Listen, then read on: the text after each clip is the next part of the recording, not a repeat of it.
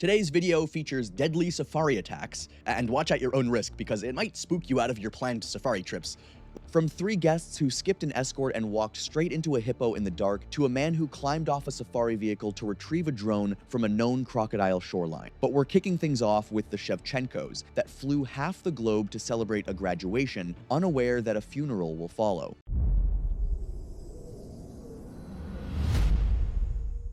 It was August 14, 2022. On a gravel loop road in South Africa's Kruger National Park, the Shevchenko family had no reason to believe this day would be anything other than unforgettable. The lines were close, the light was perfect, and the camera was ready. But if you had been there, watching from a distance, would you have seen the moment the balance shifted? Kostin Shevchenko was 48 years old, originally from Kyiv, and had spent the last 22 years building a plumbing supply business in Columbus, Ohio, into something his father would not have recognized. His wife Maris, 46, taught 3rd grade and was widely regarded as the steadier of the two. The trip had been her idea in principle and his in execution. He had spent 4 months researching lodges, routes, and photography gear. He had purchased a DSLR camera with a 400mm telephoto lens specifically for this trip and had practiced with it on a birding walk in a Cincinnati park 3 weeks before departure. They had brought their sons Kellen, 21, home from his 2nd year of college, and Nico, 18, who had graduated high school in June. The safari was actually a graduation gift. It was also, as Maris had described to a colleague before leaving, the first real family trip since the boys were small. That detail matters only in retrospect. Southern Kruger in August sits deep in the dry season. The bush is stripped back, golden and brittle, and the air carries a fine grit that coats everything. Now, here's something you have to know if you ever plan on visiting this area.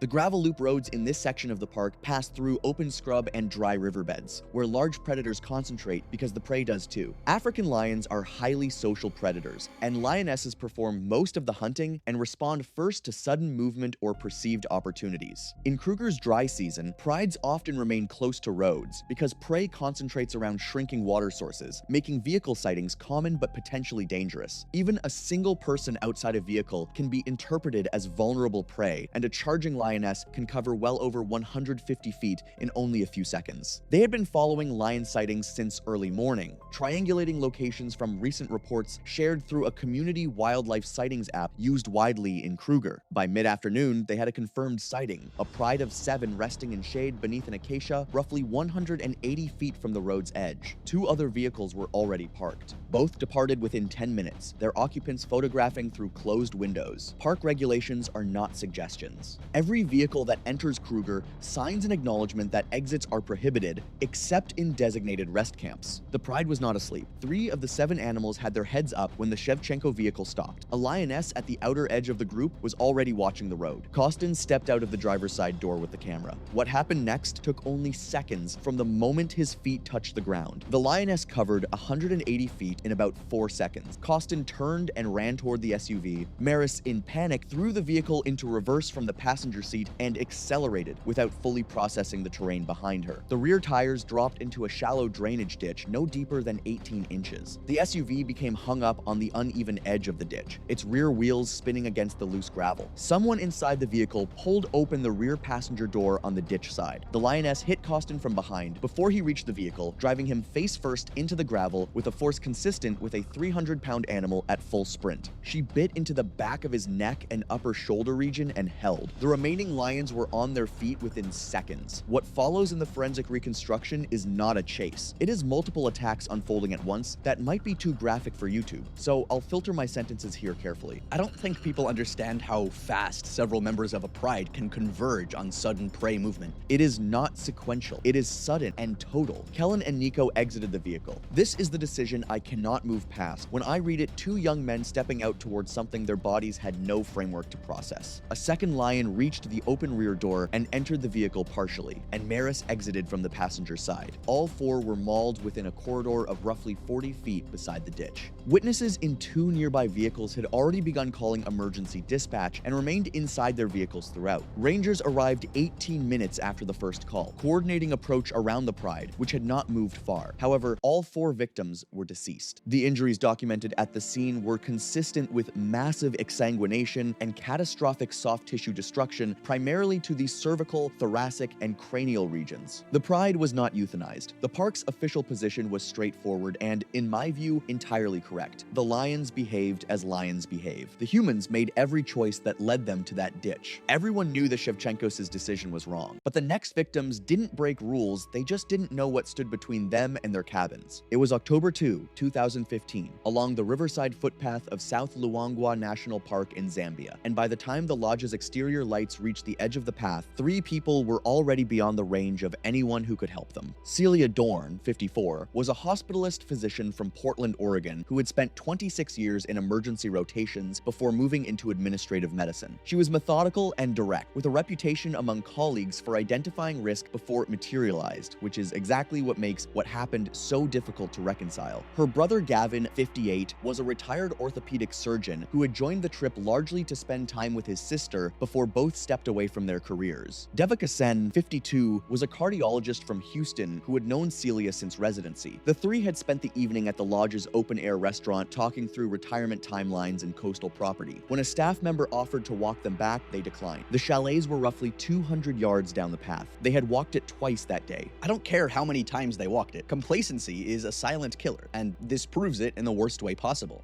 If only they didn't underestimate that South Luangwa hosts one of the largest hippopotamus populations on the continent, this wouldn't have been as tragic. And the footpath runs along a low embankment directly above the Luangwa River. A mature bull hippopotamus can weigh between 3,300 and 4,400 pounds. They are territorial and defensive, and when a human steps between a hippo and its water, the animal's response is not calculated aggression. It is a panic response, and a panic response from something that weighs over 2 tons carries its own specific category of consequence.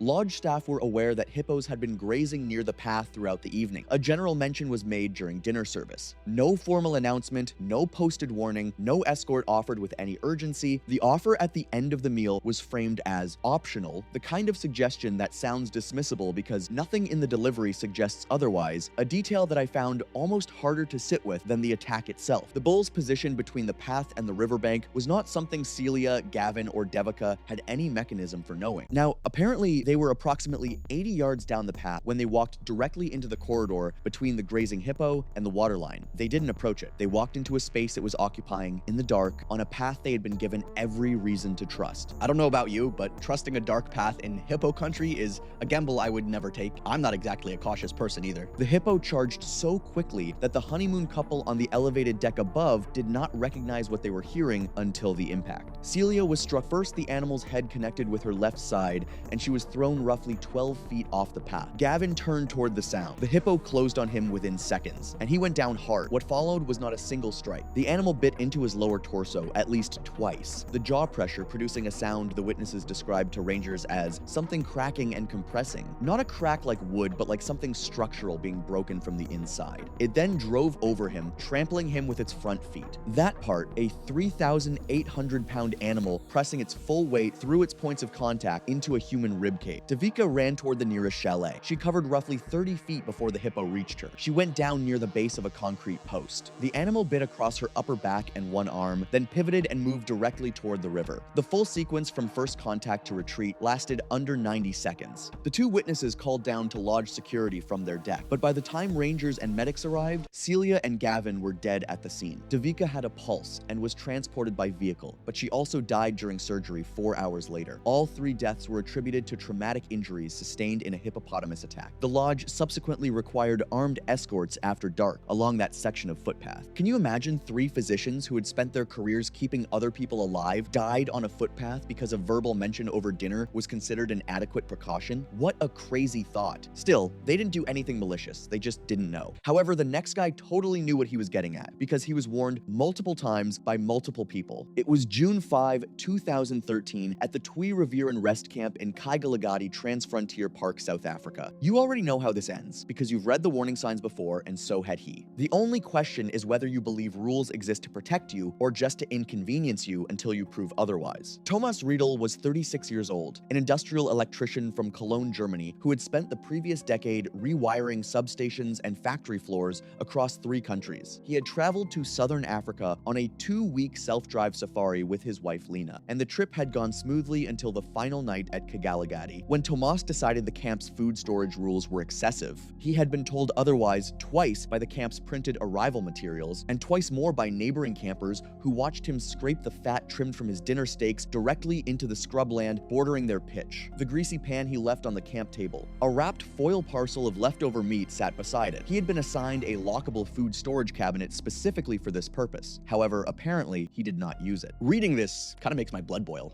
because it wasn't ignorance or anything, it was arrogance on full display for everyone to see. The Kgalagadi Transfrontier Park sits across the Kalahari Desert, where predators regularly patrol beyond the perimeter fence of the main rest camps. Leopards in this region are desert-adapted cats, reaching between 130 and 160 pounds for adult males, capable of dragging prey heavier than themselves and built around a powerful bite capable of crushing bone and maintaining a suffocating grip on prey. They investigate food scent methodically. They do not need to be hungry to approach a campsite. They only need a reason to. And my God, did he give them a reason, basically rolling out a red carpet of steak fat right to his tent door. I've read enough of these cases to recognize the gap between knowing a rule, respecting it. What frustrates me is that the danger here was not abstract. It was documented, communicated, and ignored in real time while other people watched. By 10 p.m., at least 2 campers from an adjacent pitch had approached Tomas separately and told him directly that leaving food scraps outside overnight in this park was not a suggestion. He acknowledged them both. He did not move the pan. A third camper later reported seeing fresh paw impressions in the sand near the scrubland edge around 11:30 p.m. and mentioned it loudly. The camp had gone quiet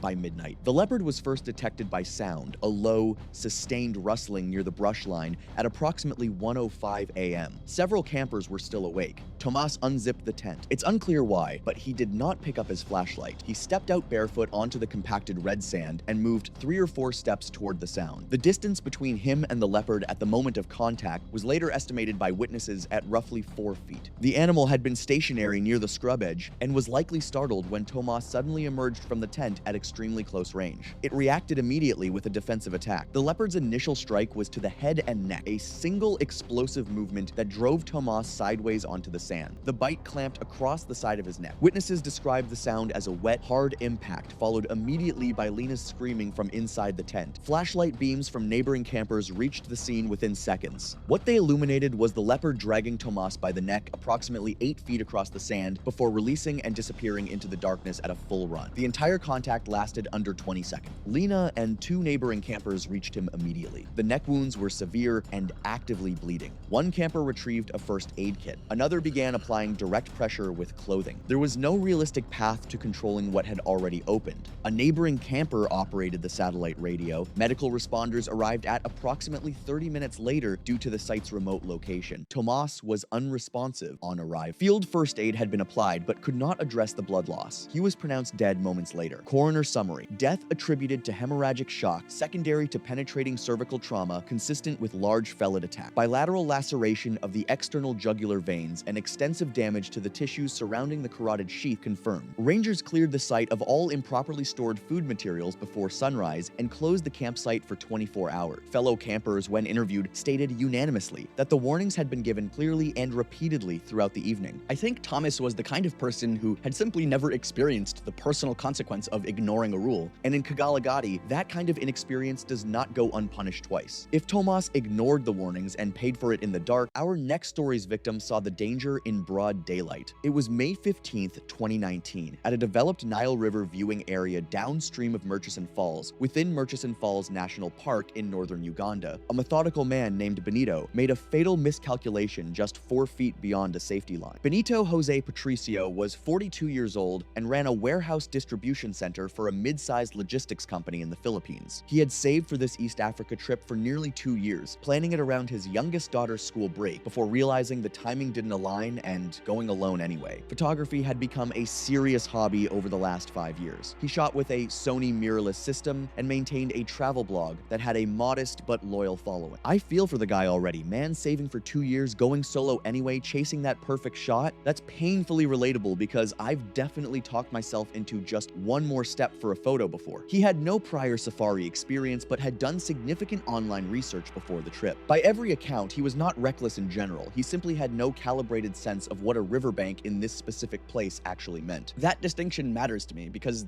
there's a difference between a person who ignores danger and a person who has never been close enough to it to understand what it looks like. The viewing area overlooked a raised clay bank above a slow bend where the river widens and the current slows well downstream of the falls. It is exactly the kind of geography Nile crocodiles exploit. Nile crocodiles in this section of the park regularly reach 15 to 17 feet and can exceed 1,500 pounds. They are ambush predators that spend hours completely motionless beneath the waterline with only their eyes surfaced, waiting. Additionally, the bank soil at that bend is saturated clay over hollow erosion channels. It looks solid, holds weight briefly, and gives way without warning. The park had installed a rope and post safety barrier for exactly this reason, and the markers are not decorative. And yet we still treat safety barriers like they're suggestions, not evidence of past tragedies. I swear, humans have this bizarre arrogance where we think warnings are for other people. Benito had been standing behind the markers for several minutes, shooting through a gap in the posts. The crocodiles were visible, one resting along the opposite bank and another partially submerged below. Their guide named Okello noticed Benito moving laterally and called out to him once. By that point, Benito had already stepped past the final post and was crouching at the edge of the overhang, camera raised, approximately 4 feet past the designated line. The collapse happened without sound first. The ledge beneath him simply dropped, and he went with it, not a tumble but a vertical fall of roughly 12 feet directly into the shallows at the base of the bank. He impacted feet first into shallow water and was briefly upright, standing in water at mid-thigh, visibly disoriented. Witnesses on the overlook above described him looking down at the water, then up toward the group. He had not yet moved toward the bank. That pause, him looking down then up, haunts me, because in that split second, he probably thought, I'm okay, while something beneath the surface was thinking, finally. The crocodile came from directly beneath the overhang. Witnesses described it as having been completely invisible until the moment it wasn't. It covered the distance between its position and Benito in under 2 seconds. The strike landed on his upper torso and left shoulder, the animal's jaws closing across his chest and upper arm with an audible impact that several witnesses described as a crack, like a heavy door slam. The death roll began immediately. Benito was rotated twice in rapid succession, submerging completely both times. His left arm was visible once between rotations, above the surface. The second rotation pulled him fully under. He did not resurface. Okello threw a rope within seconds. It landed short, and there was genuinely nothing left to reach by the time the rope hit the water. 8 tourists witnessed the entire incident from above. Okello radioed rangers at 10:17 in the morning. A rescue boat arrived in 22 minutes. The body was recovered downstream at approximately 3:40 in the afternoon, partially submerged against a sandbar. Recovered remains showed catastrophic thoracic and upper extremity trauma consistent with crush injury and rotational force. Park management later reinforced safety barriers at the viewing area. The investigation confirmed the collapse occurred 4 feet outside the designated zone. And that is ultimately what people should take about this case. The boundary wasn't arbitrary. Someone drew that line because someone understood exactly what the ground past it would do. Now sure, Benito ignored a boundary marker, ultimately a bad call. This next one though, the guide closed that gap completely, told everyone in the vehicle exactly what the hippo would do, then a woman got out anyway. It was September 27, 2014, on the floodplain fringe of the Kwai River in Moremi Game Reserve, Botswana. Mina Walger had survived 39 years, but she had never been this close to something that could kill her before, and she didn't recognize it was happening until it was too late. Mina was an accountant based in Columbus, Ohio, working for a mid-sized regional firm that handled small business returns. She had spent the previous 5 months buried in filings and extension requests, and the safari had been planned since February as a deliberate break with 4 women she had known since college. She was not an outdoors person in any serious sense. Apparently, her previous international trip had been a guided tour of Italy in 2011. She had researched Botswana enough to know the Big Five by name, but not by behavior. Her friends described her as meticulous at work and impulsive in person, someone who double-checked spreadsheets but skipped instruction manuals. She had spent 2 days photographing animals from the vehicle and had accumulated several hundred shots she considered mediocre in front of her friends. They said she was hinting that she wanted something closer. The group was traveling in an open-sided Land Cruiser with a licensed guide named Dion Ferreira, who had run game drives in Moremi for 11 years. The Kwai floodplain in September sits at the tail end of the dry season. Grass is low, visibility good, but the river corridor stays dense with large animals drawn to permanent water. Hippopotamuses are widely regarded as among the deadliest large terrestrial animals in Africa. An adult female weighs between 3,000 and 4,000 pounds, moves at up to 19 15 miles per hour on land in short bursts and carries canine teeth that reach up to 20 inches in length. Let me be blunt, those stats aren't just numbers, they're a death sentence on legs, and she was about to sign it. Ferreira stopped the vehicle approximately 90 feet from a female hippo, resting in low grass with a calf pressed against her flank. He told the group to stay seated and explained specifically that hippos retreat toward water when alarmed and that anyone outside the vehicle would be directly in that path. This is the part that still makes me uncomfortable. The warning was not vague,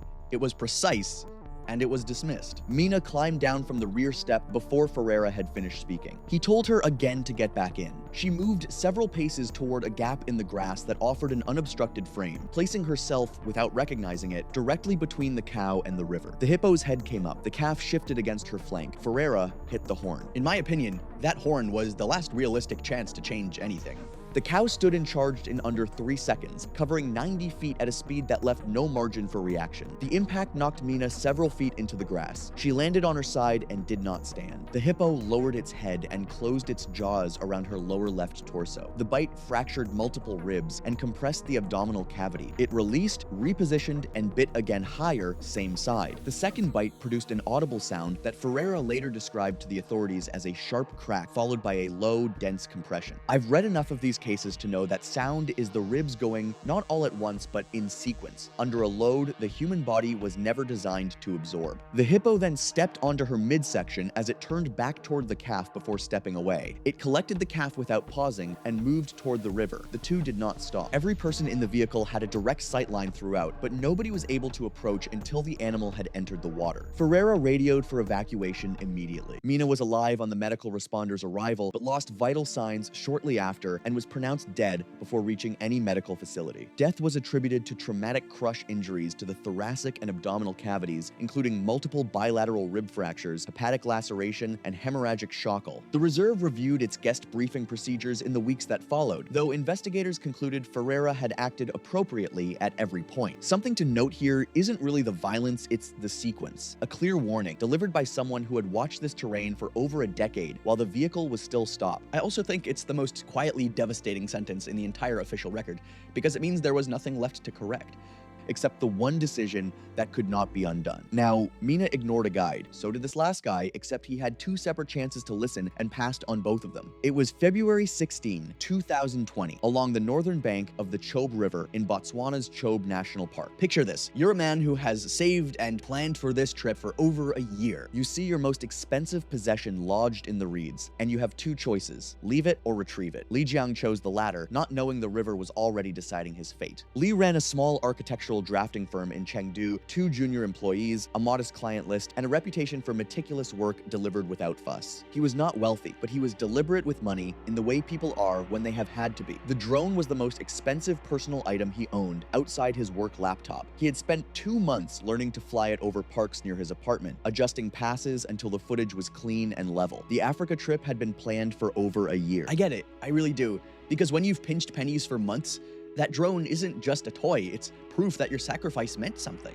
The Chobe River along its northern bends runs slow and clear in the dry season. The banks compressed into narrow shelves of packed mud overhung by matted reed grass. That overhang matters more than it looks. Nile crocodiles, large adult males, can reach 14 to 16 feet and exceed 1,000 pounds. Most often hunt from the water's edge using undercut banks and reed bases for concealment. Their bite force exceeds 3,700 pounds force. The attack is not a pursuit. It is a collapse of distance stillness to contact in under a second, with no visible preliminary movement. The guide, Orabile Tao, had given Li 2 explicit instructions. The first came before the stop. Drone use required a park permit. Tao had the regulations posted inside the vehicle, and he told Li directly not to fly it. Li launched it anyway before Tao could stop him, and Tao immediately ordered him to bring it back down. The second instruction came when a low battery warning brought the drone down into the reeds at the waterline. Tao told him rangers had repeatedly reported a large crocodile using that specific stretch of bank. He told him to leave the drone. Li was already out of the vehicle by the time Tao finished. Can you imagine being in Tao's position? Tao had done everything a guide can do in that moment, named the hazard, cited the repeated sightings, told him directly, and still had to watch what came next. He reached the drone in roughly 40 seconds, crouching at the waterline where it had settled against the reed base. Left leg extended forward, weight on his right knee. The crocodile, estimated at 11 to 12 feet based on bite radius and track impressions recovered by rangers, had been positioned beneath the overhang directly adjacent to to where Lee crouched. The jaws closed on his left leg below the knee. Both lower leg bones fractured on contact. Witnesses in the vehicle heard a loud crack followed immediately by Lee's scream from 40 feet away. 40 seconds of confidence, and then a sound none of them will ever unhear. I can't even imagine that crack echoing in my head. The crocodile rolled laterally without pause. The first rotation brought Lee's torso into the shallows. He was face down within 5 seconds. The second rotation submerged him fully. Witnesses described his arms breaking the surface twice before disappearing into the reed margin as the animal moved laterally along the bank, pulling him into heavier vegetation. The guide and remaining tourists had no means of entering the water. Tao radioed park dispatch during the attack. A ranger patrol boat arrived 22 minutes later. 22 minutes of nothing but waiting, knowing exactly what was happening. I'd have lost my mind. Eventually, the body was recovered approximately 66 yards downstream, repositioned beneath submerged vegetation later that afternoon. Coroner summary: death attributed to traumatic injury and drowning secondary to crocodile attack. Findings included complete fractures of the left tibia and fibula, extensive soft tissue loss and degloving of the left lower extremity, and thoracic injuries consistent with blunt force trauma sustained during the attack. Pulmonary findings confirmed drowning as a contributing cause. Death was ruled accidental. Looking back at the whole nightmare, here's my take. Lai didn't die because he was unlucky. He died because he valued a gadget over a human life. And tragically, it was his own. We can call it impulse. We can call it stubbornness. But I call it a brutal reminder